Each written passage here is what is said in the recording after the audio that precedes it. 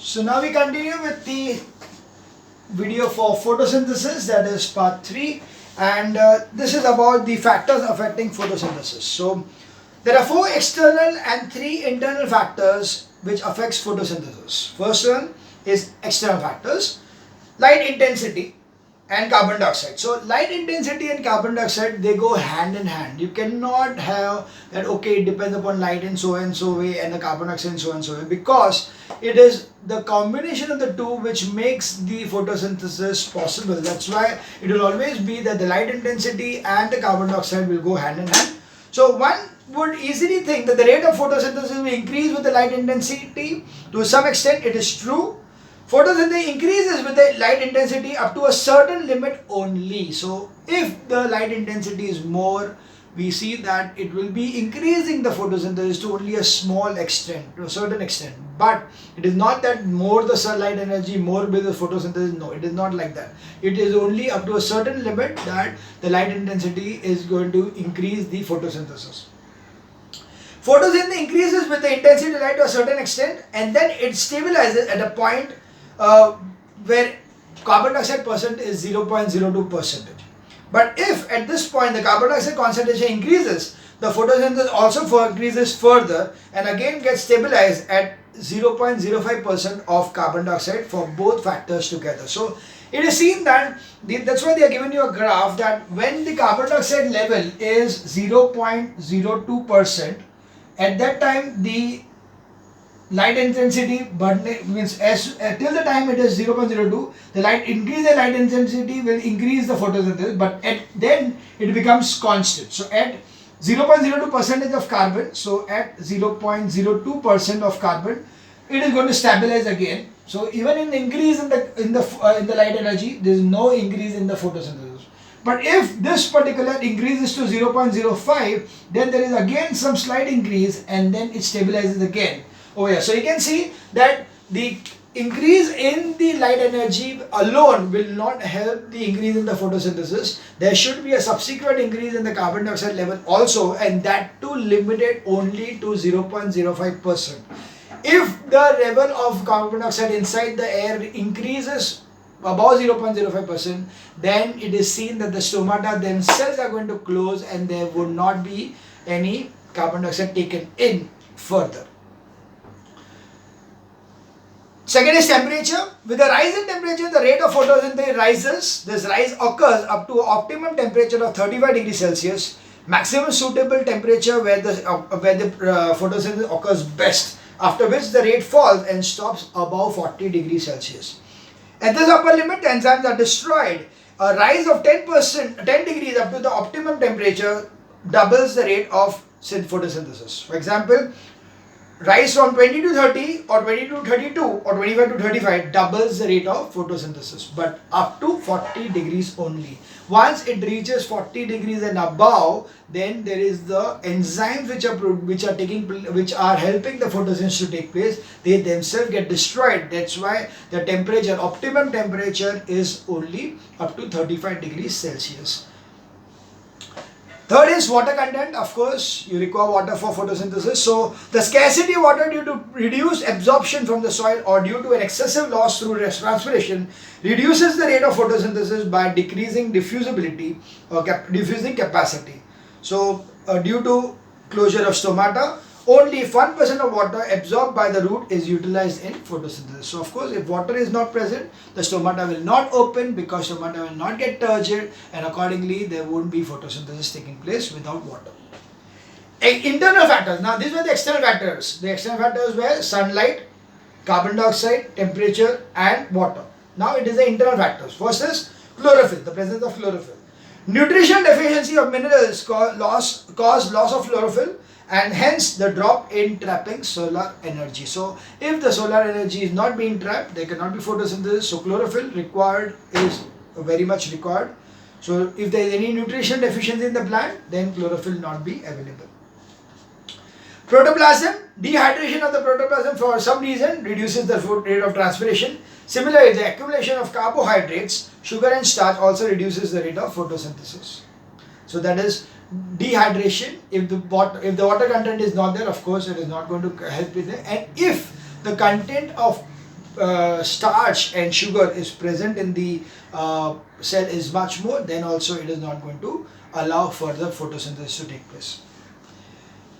Third is structure of the leaf. The thickness of the cuticle, the distribution of stomata and the size of the leaf influence the amount of carbon light and amount of carbon dioxide entering into the leaf. So how the light is going to enter into, how much the carbon dioxide is going to be taken in, all is going to depend on the structure of the leaf. That's why the third thing important is the structure of the leaf. Now it is given over here that dawn to dusk natural changes in the environment, conditions and photosynthesis. In every period of 24 hours, plants are subjected to a regular cycle of change in the light intensity, and the rate of photosynthesis increases from dawn to midday and declines as dusk approaches. So from dawn to midday it increases, and then dawn from midday to dusk it decreases. Plants, like other organisms, respire taking in oxygen and giving out carbon dioxide. In light, the effects of respiration activity are masked due to those photosynthesis. There is net output of the oxygen. In darkness, respiration alone is responsible for the change in gaseous composition of plants surrounding atmosphere. So yes, respiration does take place throughout the day and night, but it is not felt or it is masked by the process of photosynthesis, because the oxygen taken in by the plant for respiration is not being felt, because the plant is giving out oxygen as the end product of photosynthesis. That's why the carbon dioxide which is given out by the respiration is used up by the plant for photosynthesis, and oxygen which is given out, part of it is used up for respiration. So accordingly, the photosynthesis masks the respiration process during the daytime. Photosynthesis at night. Some people believe that peepal tree is only plant which gives out oxygen even during the night. Neither the release of such oxygen has been demonstrated practically, nor such a view can stand still. So okay, this is a myth that peepal tree gives out oxygen in the night time. No, it doesn't give anything like that. Okay. Now we see some experiments for photosynthesis. These are very, very, very important, because there is definitely a 5-mark question out of these experiments over there. So there will be a experimental setup given to you, or shown in a diagram to you, and you need to answer the questions related to that. So we have got around over here 4 such experiments. So let's see one by one. Now in each and every experiment we are going to do one process, which is a common process in all of them, which is about the starch, the presence of, we are going to check the presence of starch over there. So there are two, not in fact one, there are 2 things. One is that all the experiments, what you do, you are going to first do a process called de-starching in each and every experiment. So there will be, the first process will be de-starch. Now what is de-starch? Why it is done? So de-starch, of course, is to remove the starch which is present inside the leaf before the experiment. So whatever is the leaf which is whatever is the starch which is present in the leaf needs to be de-starched, and for this it's a simple process. You are placing the plant in darkness or in a not in the sun area for around 2 days, so that whatever starch which the plant had got is utilized by the plant in that much time. So that is why it is called as removal of starch or de-starch. So a number of experiments can be performed for proving the various conditions and requirements necessary for photosynthesis. De-starching, removal of starch, a plant used for experiment of photosynthesis should initially be placed in dark for 24 to 48 hours to de-starch the leaves. During this period, all the starch from the leaves will be removed to the storage organs, and the leaves do not show the presence of starch. So that is what we require. We do not want that the leaf should already be having starch, otherwise our experimental will be futile, because our experiment, the end result of the experiment is we are going to see whether the starch is being generated or not generated. If the starch was already present, then how do we know that it is a new generation done or not? That's why we need to de-starch the plant. A de-starch plant is one whose leaves are free from starch, so that is de-starch. And it is done by plant de-starch by placing it in dark for 24 to 48 hours. The next one we are going to do is the iodine test in each and every case, because in each and every case we are going to test the leaf with iodine so as to identify the presence of starch in the leaf. So the iodine test goes this way, that first of all the leaf is dipped in boiling water for a minute to kill the cells. So the first process, so this first one is de-starch, and the second one is the starch test. So in the starch test, the first process is boiling of leaf. The leaf are first boiled. They are put in boiling water. So boil in the boiling water. The leaf is being put in boiling water so that the cells killed to kill the cells. The second thing is they are going to be put into methylated spirit. Boil the leaf in methylated spirit over a water bath till it becomes pale yellow. So methylated spirit bath. So we are going to again put them into a bath of methylated spirit. So that will be make it pale white, and this is due to the removal of chlorophyll. So methylated removal is this removes chlorophyll. So in fact, methylated spirit can dissolve chlorophyll. That's why the removal of chlorophyll takes place with the thing. And then it is placed in hot water again to make it soft, because once the chlorophyll is removed and the methylated spirit is going to make it very hard. So we need to make it soft again so that the test can be conducted, and it will become crumpled out. So that's why we are going to put it again in the boiling water, or it's going to be hot water, not boiling but hot water. And then you are going to iodine test. So iodine is going to be put over here. Now the leaf is spread the leaf in a dish and pour iodine solution on it.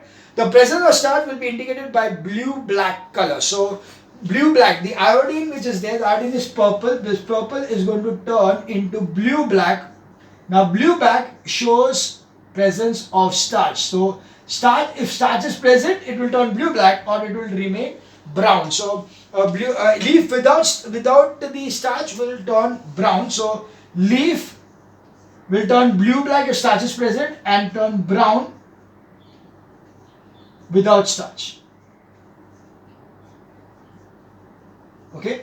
If starch is not present, the leaf will become brown. If the starch is present, then it will become blue-black. So that is what you are going to have in each and every experiment. In each and every experiment, the end of the experiment, you are going to do an iodine test to prove the presence of starch or not. So the first thing is the chlorophyll is necessary for photosynthesis. So the first one is to see that chlorophyll is necessary for photosynthesis. Now for this experiment, we are going to take some leaves which are the one having a variegated kind of variegated leaves. Now variegated leaves are the ones which has got patches of green color and yellow color on it. So if the leaf is like this, so if this is the leaf normally has patches of yellowish color. These are the yellowish patches inside. So these are the variegated leaves, and this is green and this is yellow. So this is how the leaf would be like.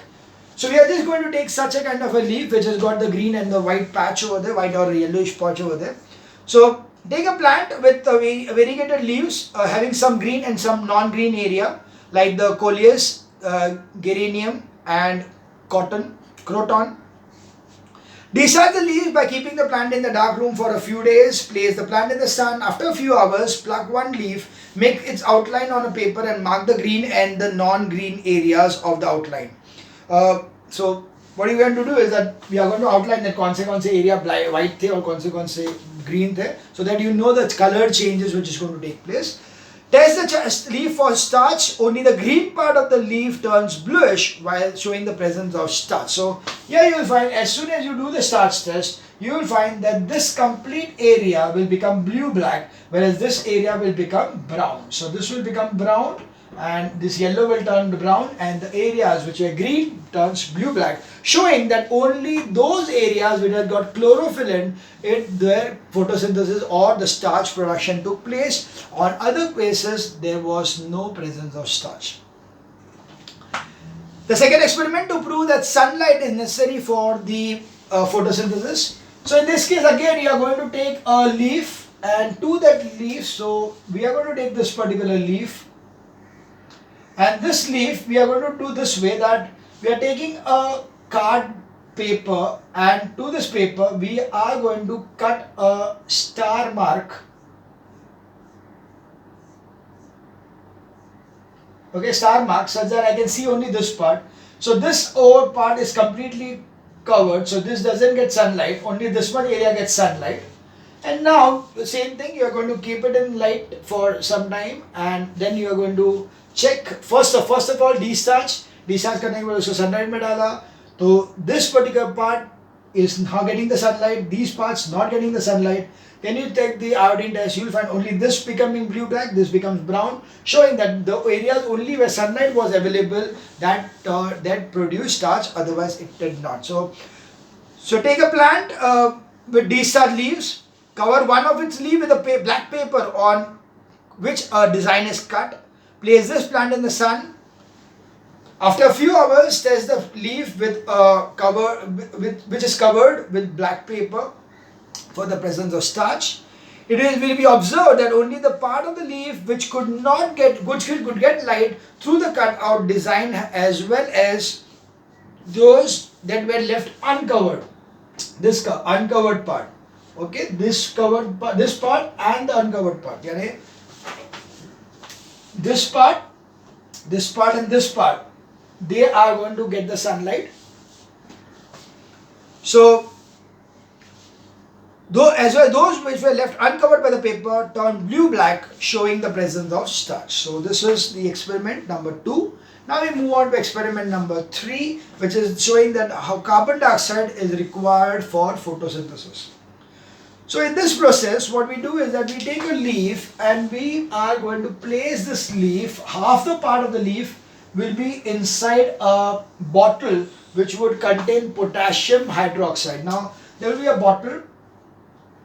So this will be a bottle, and this bottle will be containing potassium hydroxide, so KOH, and there is a leaf which is going to be placed half inside and half outside the bottle. So here the potassium hydroxide has a property that it absorbs the carbon dioxide, becomes a carbonate. So that's why whatever carbon dioxide is present over here is going to be absorbed by this. So this part of the leaf does not get carbon dioxide, whereas this gets carbon dioxide. So you'll find that this will not turn blue black in the iodine test, whereas this will turn blue black in iodine test because of the presence of the carbon dioxide present outside, where no carbon dioxide present in the inside. So here it is. Take a plant with destarch leaves, insert a half of one of its leaves through a split cork in a conical flask containing potassium hydroxide because it absorbs carbon dioxide. Leave the plant in sunlight. After a few hours, test the leaf for starch. The part of the leaf which was exposed to the atmospheric air becomes blue-black, and the part of the leaf inside the flask containing potassium hydroxide does not become blue-black, showing the carbon dioxide is necessary for photosynthesis. The part of the leaf outside the flask becomes the control experiment. So the same experiment can be modified as wherein the half of the leaf outside the bottle is shown in the presence of starch, while the other half will not be there. So you can have both the things possible, where you cannot take directly the plant, but just a leaf which is having some water over there. So it doesn't matter, it's the same thing. So experimental photographs are very important. You need to know these photographs properly to identify what kind of experiment we are doing over here. The fourth one is experiment number 4, to show that oxygen is produced during carbon photosynthesis. So for this, see, if oxygen is produced, you cannot directly collect oxygen. That's why we need to collect the oxygen in water. Hence, we are going to take, in this case, a water plant. So we are going to take a trough of, or you can say a beaker of water, and in the beaker of the water, we are going to place some Hydrelia plants. So these Hydrelia plants are the water plants. These water plants are going to be there inside, and you are going to place a funnel on top of it like this. So you are going to place a funnel here, and then you are going to place an inverted test tube over here, which is completely filled with water. So this is completely filled with water. So everything is water inside over here, and this will be the setup. So the setup is, place some water plant, that is Hydrelia or Iodia, in a beaker containing pond water and cover them for a short stem funnel. Okay. Invert a test tube full of water over the stem of the funnel. Ensure that the level of water in the beaker is above the level of the stem of the inverted funnel. So yeah, it should be above the stem of the inverted funnel. Place the apparatus in the sun for a few hours, bubbles of the gas will be collected in the test tube. So you will find that there will be bubbles of gases collected on the test tube. So there will be bubbles and this is collected, the gas is collected in the test tube. A glowing splinter bursts into flames which shows the presence of oxygen. So if you introduce a glowing splinter over here, it is going to burst into flames which shows that the gas which is produced over here is nothing but oxygen. So these are the 4 experiments what we see. This was the last experiment what we saw. So these experiments are very, very, very important. It's a 5-mark question. You need to identify what kind of experiment we are doing over here, what is the aim of the experiment in each and every case, what would happen when certain things are given to you, what will be the end result of the thing. Yeah, they may also ask you that photosynthesis, agar pucha rahega, okay, what is the process being studied? So it is photosynthesis, then you may ask to define photosynthesis in the same question. Also the equation can be asked in the same question. So that's why it could be a 5-mark question containing many different types of questions in the same thing. Now the last thing what we see is the importance of photosynthesis, the process supporting all life on earth. So photosynthesis can be the process which is supporting all the life forms in nature. If there were no green plants, all life on the earth would come to an end. So first thing, it provides food. All animals, including humans, ultimately depend on plants for food. A herbivore, plant eater, consumes the plant parts directly like a carnivore, while the carnivore eats flesh of an animal which in turn was a herbivore. This chain of food dependence is called the food chain. The food chain may have a number of intervening stages, but the starting point is always a plant, a producer, which produces its own food through photosynthesis. So always you will find that any food chain you take, you have multiple food chain. In fact, you can have a multiple food web instead of a chain. It would be a web where each and every one are interconnected to each other, because each and every one doesn't have only one source of air food. There could be multiple sources of food for each and every individual in each and every animal. That's why there will be a food web instead of a food chain. So anyway, not to discuss about the food chain. So it is basically, but in all the food chains or food webs what we are talking about, the first and the foremost thing will be plants who are producing their own food, that is doing by photosynthesis. So you can imagine several food chains, for example, corn, rat, snake, hawk, grass, rabbit, tiger, grass, grasshopper, lizard, kite, grass, insect, frog, snake, peacock, wheat, man, mosquito. Non-green plants such as fungi and bacteria obtain their nourishment from decaying organisms, matter in their environment.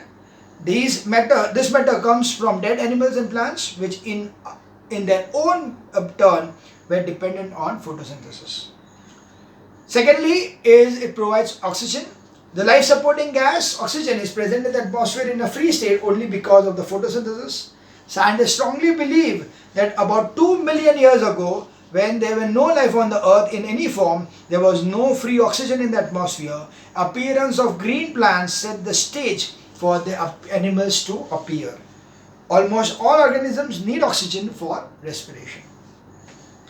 And hence we also see something which is called as the carbon cycle. Now carbon cycle is actually the cycle of the carbon dioxide, but in this case each and every organism produces carbon dioxide, but it is only the plant which utilize the carbon dioxide produced by everybody to convert it into oxygen. So that's the carbon cycle for us. So that is, carbon cycle is a series of chemical reactions in which carbon as a chemical element in carbon dioxide is removed from the air, used by living organisms in their body processes, and is finally returned to the air.